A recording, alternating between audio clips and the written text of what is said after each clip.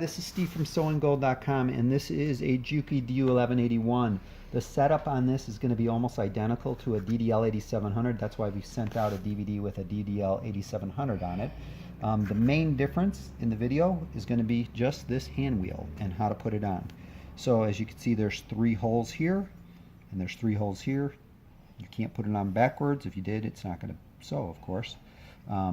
Well, it might sew, but it's going to be covering the hand wheel. So what we want to make sure is we put it on with the arrow on the outside. Put it on, it goes on nice and smooth, and then just put the screws in place.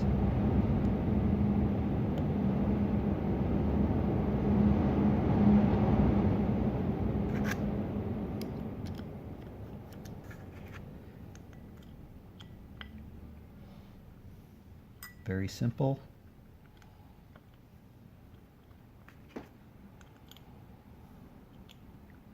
Make sure you tighten all 3 of these screws.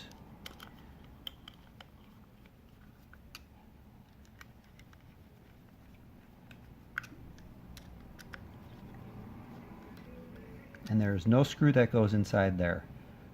So basically tighten all 3 screws and you're all set. We've put the wheel on a DU-1181N. If you have any questions, please call me, 888-505-4565. I am Steve from SewingGold.com. Thank you.